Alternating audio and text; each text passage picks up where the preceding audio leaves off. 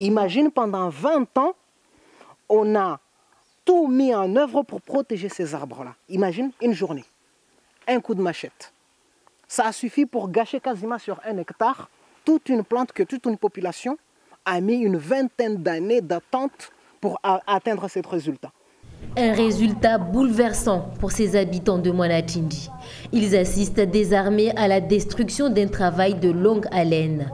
Autrefois, ce site de Mlumbaju était un padza. C'est à la force de leurs bras qu'ils ont planté plusieurs arbres pour lui redonner vie. Mais voilà que d'autres personnes du village ont décidé de saccager les lieux.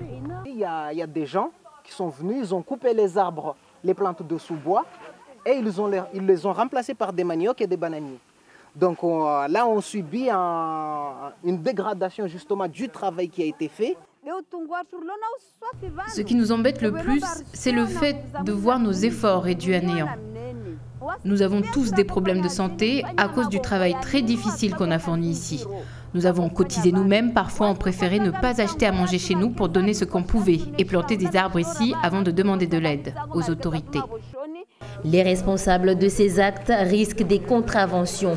Noussoura, agent du conseil départemental, est venu constater les dégâts sur des parcelles de 26 hectares au total qui appartiennent au département.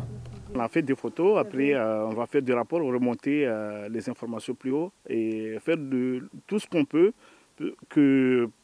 pour dégager, pour arrêter ce problème-là, ce fléau.